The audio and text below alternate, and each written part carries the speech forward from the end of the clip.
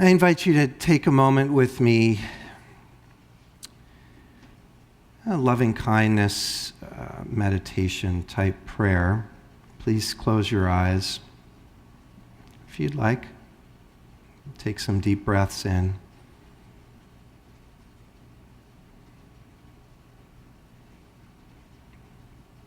And as you breathe out, just sending loving kindness from your heart to those who are holding up today, named and silently, and those in our life that we know are in need of some loving kindness. And as you breathe in, just breathing in love from creation, from the source of life, from your loved ones.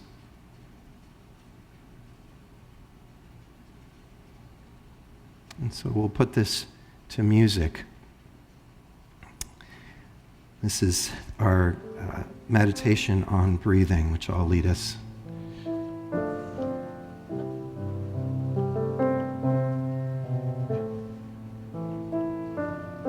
And follow along. When I breathe in peace. When I breathe out love. When I breathe in peace. When I breathe out love. When I breathe in peace. When I breathe out love. When I breathe in peace. When I breathe out love.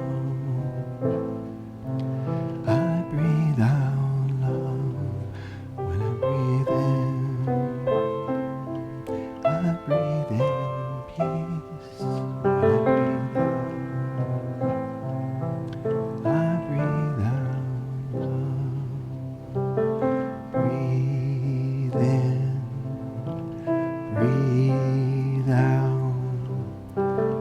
Breathe in, breathe out.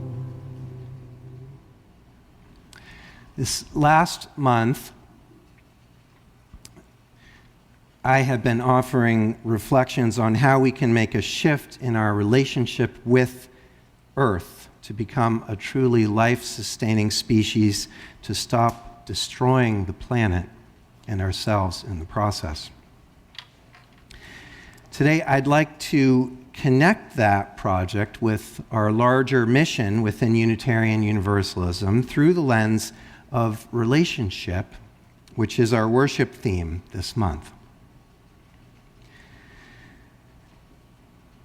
Some of you, I believe, were present at my ordination ceremony a little over a year ago. One of my first mentors in Unitarian Universalist ministry, now retired Reverend Jim Robinson, gave the sermon that day. And in that sermon, he suggested a helpful lens to think about the mission or purpose of Unitarian Universalism. And I think it's a helpful lens to hold up this morning, to think about this shift in relationship with the earth we need to achieve too, and for thinking about relationship more generally. He based his remarks on the work of Martin Buber, who was a leading philosopher in the 20th century. Buber saw that I, a person, relates to another person as either an it or a thou. An I-thou relationship is one of mutuality and respect. It's a meeting of two equally sacred human beings. An I-it relationship is very different. In an I-it relationship, the other person is an object for one to use for their own ends. And we see it all the time on a spectrum in our society. Buber argued that at each moment we operate either from an I-thou or an I-it approach. that choice makes the difference in the moral quality of our life, as Robinson put it in his sermon. Martin Buber focused on human relationships, but Jim Robinson made a very interesting point, in my opinion, that we need to extend this I-thou concept to our relationship with the earth, which is the thinking I'd like to build on today. As eco-philosopher Joanna Macy puts it, to our industrial growth society, the earth is simply supply house and sewer. The planet body is not only dug up and turned into goods to sell, it's also a sink for the often toxic products of our industries. The earth is an object, an it for us to use. And we treat other species as inferior, and they become objects for us to use as well, at least on that spectrum. The I-it logic, if you will, is the basic orientation of our industrial growth society towards the earth, and it impacts how we treat other human beings as well, right? As means of economic production, instead of truly thous that we treat as sacred with respect. But concerning our relationship with the earth and with trees in particular, the contrast between an I-thou and an I-it way of living can be seen, and I want to illustrate this, in the difference between the traditional methods that humans use in the logging industry and the method described by Peter Wohlleben in his book, The Hidden Life of Trees. Has anyone read that? Got some. Using a traditional logging method to manage a forest, you cut down the strongest and tallest of the trees to harvest, or simply cut the whole forest down and plant a monoculture forest or a tree farm instead, right? For the interconnected web of life that is part of that forest, this is really a disaster. There's a major loss of life and biodiversity. There's also a reduction in carbon sequestration and erosion control. And in the long run, the forest becomes unhealthy and weak as well, which is something we're discovering.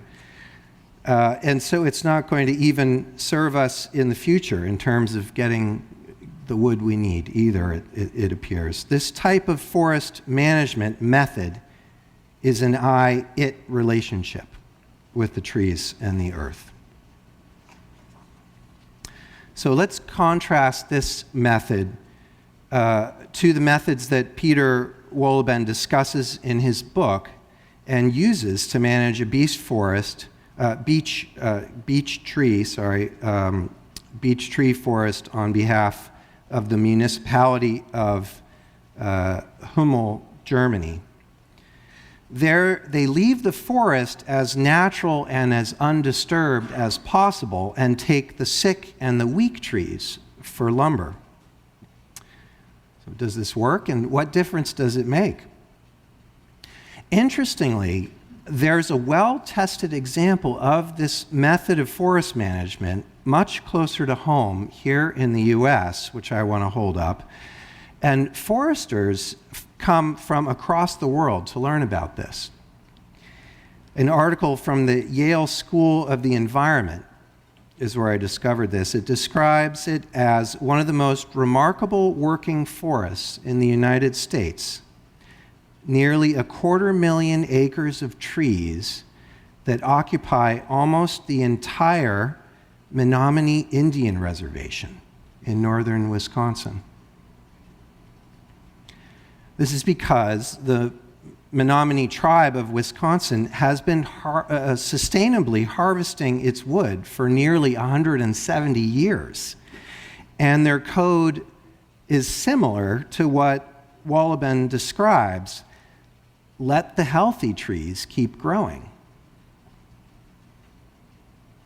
So though they've been logging for over a century, they have more trees than when they started. They take out the weak and the sick trees. They don't plant anything. So this is the opposite of what most foresters do, which is to cut the best trees and leave the sick ones behind, as I mentioned. The result of the traditional method is a forest with deteriorating genetic stock. On the Menominee Reservation, in contrast, they're managing the forest to maintain its diversity and integrity and to keep it healthy for wildlife. According to the lumber company that buys most of their wood, in almost 170 years, the tribe has harvested nearly twice the forest's former volume of timber, yet it still has 40% more standing wood than when they started. It's really an incredible thing. By leaving the best trees, the old and sick lumber they harvest is now better than the best from most everyone else, according to this lumber company. Imagine that.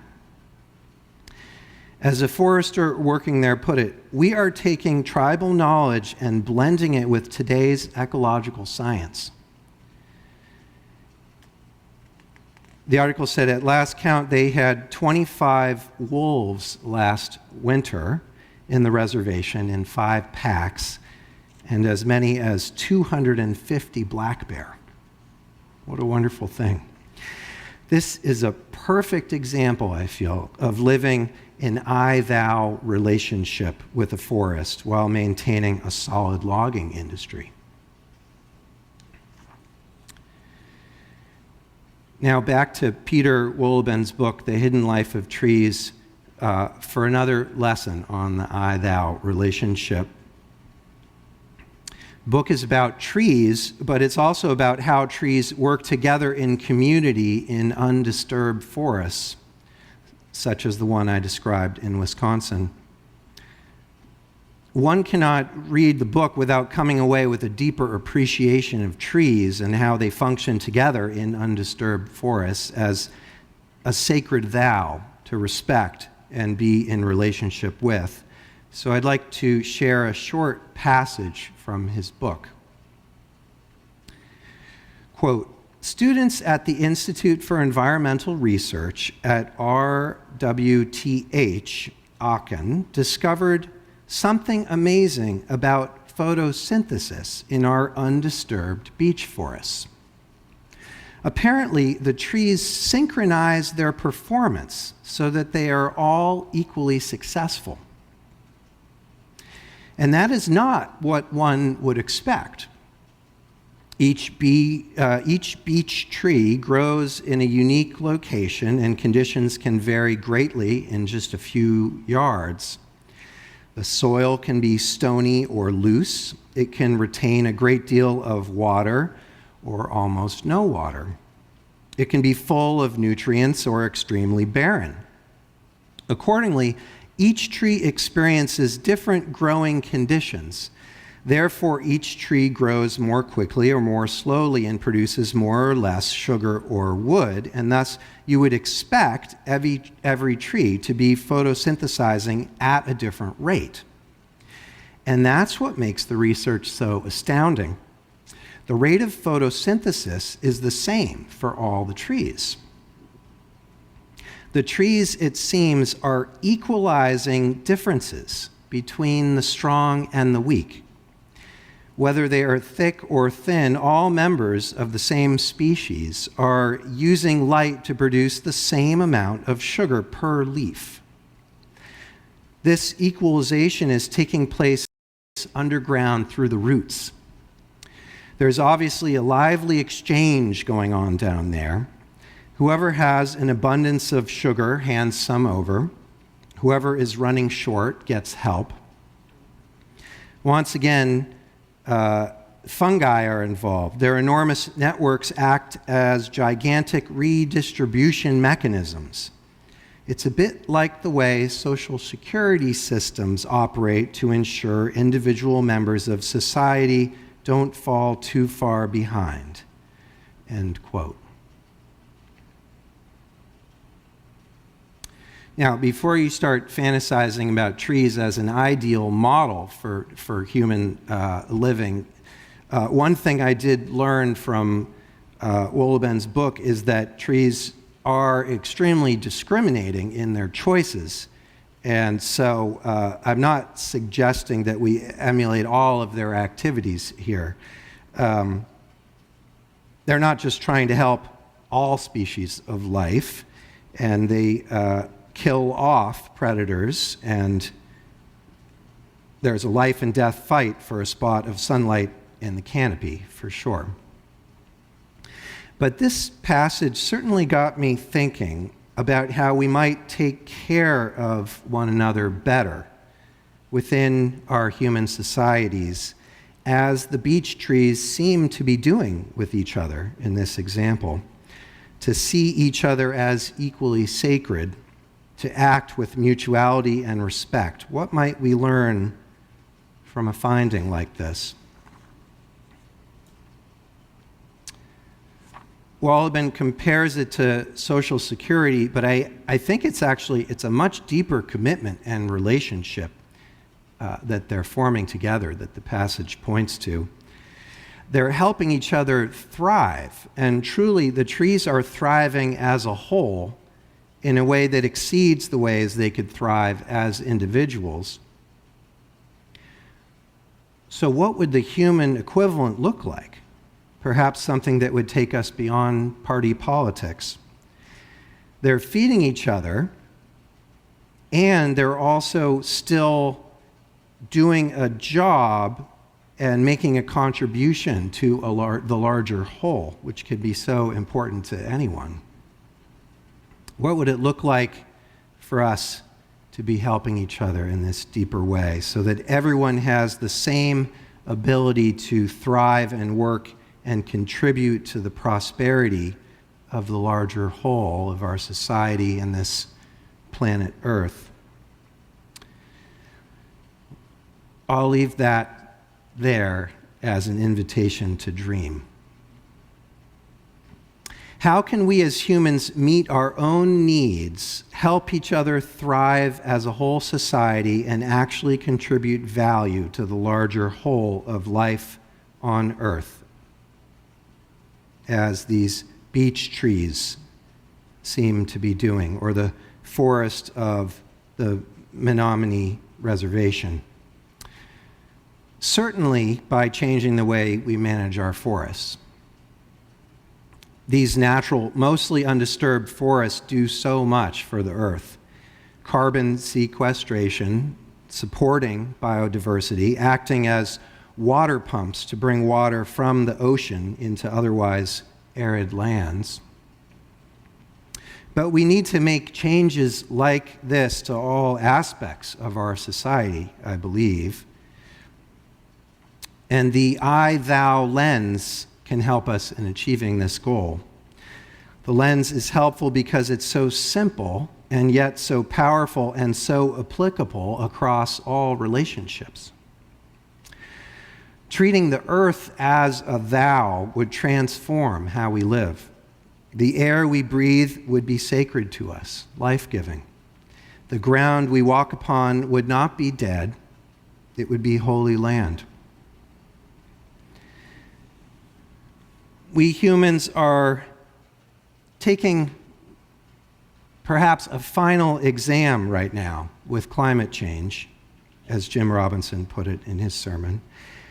The exam will determine what kind of world we live in, and perhaps whether we survive at all. The question is, I believe, will we live in an I-thou world or an I-it world? Amen and blessed be.